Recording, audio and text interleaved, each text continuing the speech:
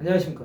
오늘은 요한계시록 7장 1절에서 4절의 말씀으로 인치심을 받은 14만 4천 명이라는 제목으로 하나님의 말씀을 나누고자 합니다.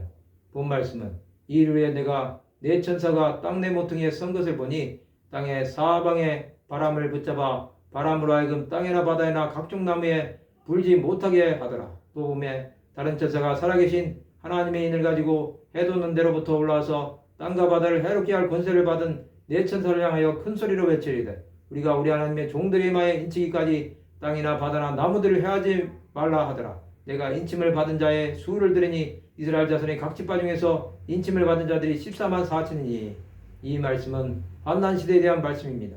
이제 마지막 때 시간이 다가온 것입니다. 이 시간은 고난이 닥치는 시간입니다. 이제 온 세상에 바퀴가 임하는 것입니다.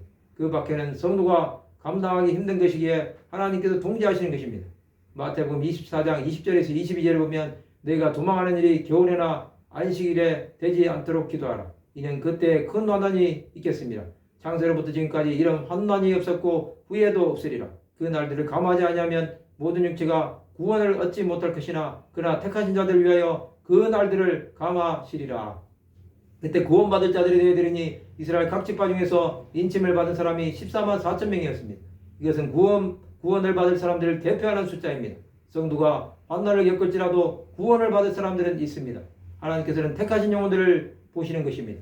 마지막 때에 환난이 있는 것은 성도들이 믿음이 있는지 연단하는 하나님의 뜻입니다. 이 뜻 가운데 살아가는 사람들은 하나님의 영광이 되는 것입니다. 성도들은 환난이 닥칠 때 피할 길을 찾아야 합니다. 그 피할 길은 오직 예수밖에 없다는 사실을 깨달아야 합니다. 하나님의 사람들은 시험이 다가올 때 주 예수 앞으로 가는 것입니다. 우리가 이 시간을 피한다고 해서 피해지는 것은 아닙니다.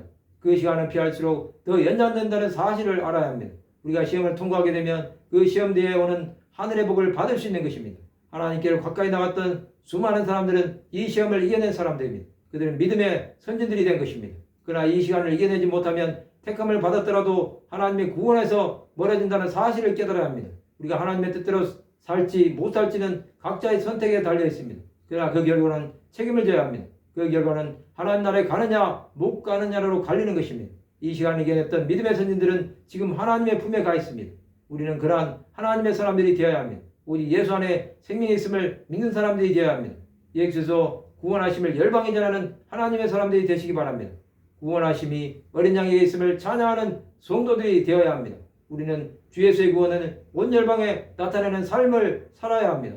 말씀을 마치고자 합니다. 구원받은 사람들의 무리에 들어가는 하나님의 백성들이 되시기를 주님의 이름으로 축원합니다.